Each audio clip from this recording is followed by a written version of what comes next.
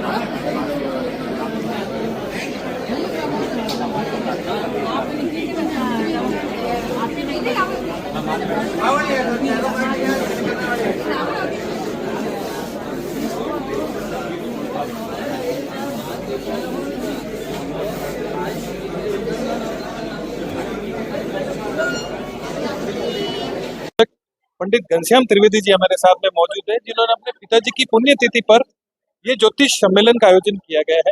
जी पंडित जी बताइए, आपके पिताजी की पुण्यतिथि पर आपने सारे देश विदेश से जो ज्योतिष है बुलाए हैं।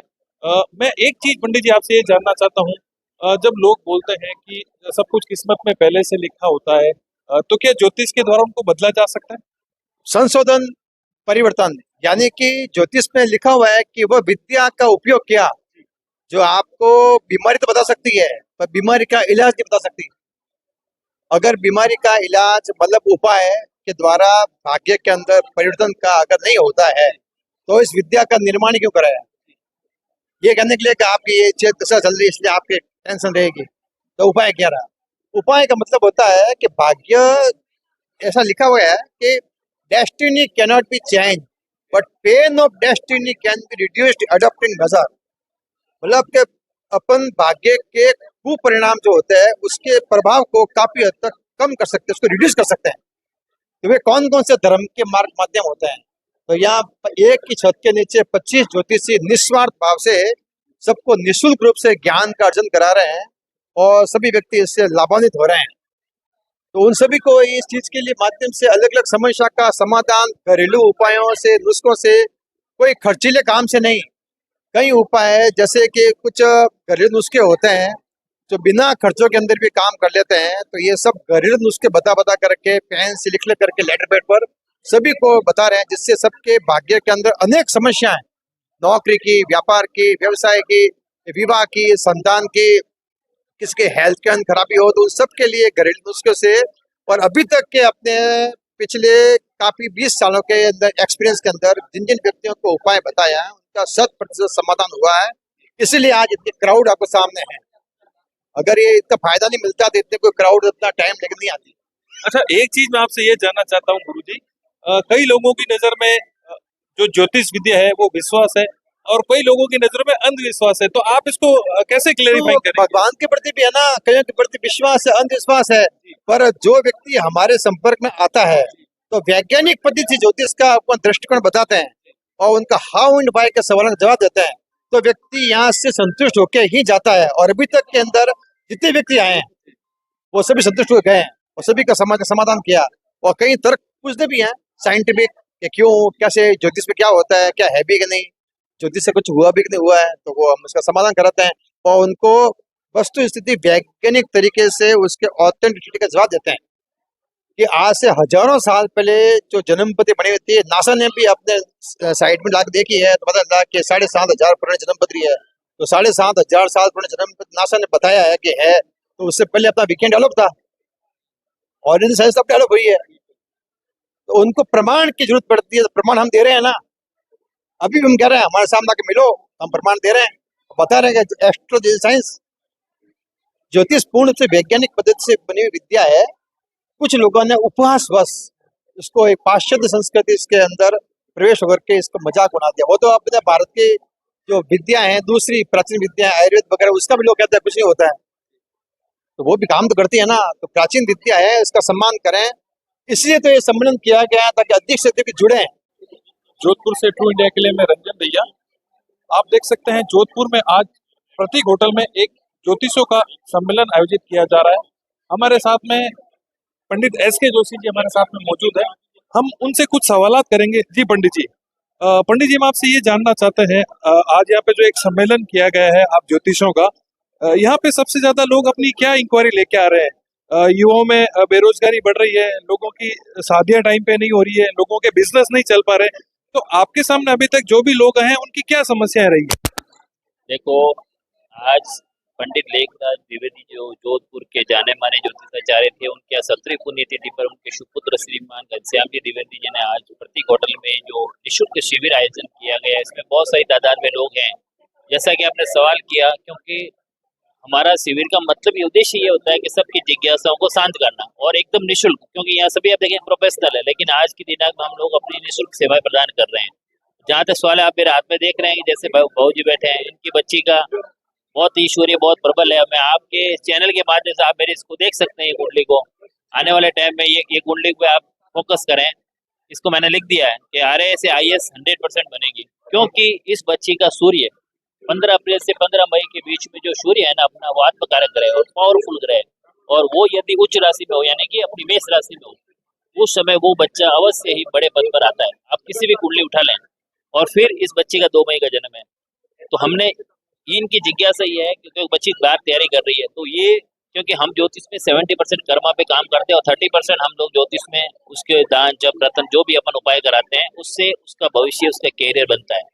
और जहाँ तक सवालों का मामला है, सुबह से लोग आ रहे हैं, कोई अपने बिजनेस को लेके आ रहा है, कोई बच्चे की शादी को लेके आ रहा है, कोई बच्चों के कैरियर को लेके आ रहा है, कोई बच्चों का विदेश भेजना है उसको लेकर के सवाल लेकर के आ रहे हैं। तो अपन कोशिश ये कर रहे हैं कि सभी बच्चों का या उनके गार्जियन का उनकी जिज्ञासाओं को शांत करके उनको एक अच्छी, क्योंकि ज्योतिष का काम डराना नहीं है, ज्योतिष का काम है उसको मार्गदर्शन दे रहा है। यदि मार्गदर्शन करने पर यदि व्यक्ति चलता है तो उसकी जितनी भी जो इच्छाएं हैं वो अवश्य ईश्वर की कृपा से, इस कृपा से वो पूर्ण होती है। गुरु, अभी आपने जैसा कि बोला है कि सब कुछ पहले से लिखा हुआ हो, क्या हम इसको हम सेट कर सकते हैं? तो मेरा ये मानना है जब सब कुछ किस्मत में पहले से ही लिखा होता है, तो क्या ज्योतिष के पालन करके उनको बदला जा सकता है? बिल्कुल। देखो, ईश्वर हमको एक प्लेन पेपर और एक कलम देकर के इस दुनिया में भेजता है, और उस प्लेन पेपर पर हमको अपना भविष्य लिखना पड़ता है। सब कर्मा अपन को खुद को करना है, क्योंकि आपने देखा है कि भागवत में कि कृष्ण भगवान ने कहा है कि कर्म के आधार पर अपन को तो कर्म प्रदान होता है। समझ गया मेरी बात? लेकिन हम इस जीवन में आकर के हमको किस लिए भगवान ने तो जन्म देके भेज दिया, अपनी माँ की कोख से जन्म लेके आगे, लेकिन अपन उस पर अपन किस प्रकार का कर्मा करते हैं। तो इसलिए कहते हैं ना, कर्मों का भोग यही भोगना पड़ेगा। तो अपन ने जो बचपन से लेके आज तक कर्मा किया है, जैसे जैसे हमारी दशाएं चलती है तो उसके अनुसार अपन कर्म करते हैं। तो जैसे किसी को राहु की दशा लग गई तो उसने जो पिछले कर्म किए तो उसको राहु की दशा में वो भोग भोगने ही पड़ते हैं। तो ज्योतिष तो अपनी चीज में अलग है, लेकिन हम लोग क्या करते हैं, जैसे आने वाले ये भाई साहब आए हैं, तो इनकी बच्ची के कैरियर को लेकर के जो सवाल किए गए, अपन को मालूम है कि ये बच्ची बनेगी, लेकिन वो 1-2 बार एग्जाम में रह जा रही है। उसका रीजन यही है कि उसका जो ग्रह, जो राजयोग का कारक ग्रह है, उसको मजबूती प्रदान करना है। चाहे वो अपन दान से करें, जप से करें, रत्न से करें, तो वो चीज अपन इसको सजेशन देते हैं। और वो मैं आप इस चैनल के माध्यम से कह रहा हूँ कि आने वाले समय में ये जो रितिका सोनी है, ये एक दिन RAS IAS अवश्य बनेगी। ये मैं चैलेंज के साथ बोलता हूँ, क्योंकि उसकी कुंडली बोलती है। हम सिर्फ उसमें 30% जोड़ रहे हैं। कर्मा तो करेगी, अपन ये नहीं करेगा RAS IAS में एग्जाम मत दो, एग्जाम देना है, सब कुछ करना है, लेकिन ज्योतिष को सिद्धांत को साथ में रखे 30% जो अपन भाग्य जोड़ रहे हैं, तो 70 + 30 = 100% इसको मिलेगा इतने जो सम्मेलन में नवीन बुब हमारे साथ में जुड़ चुके हैं, हम उनसे जानना चाहेंगे। वो अपने कुछ ऐसे सवाल है जिनका जवाब पंडितों से जानना चाहते हैं। जी नवीन जी, आपके मन में ऐसे क्या सवाल है जो आप यहाँ आए?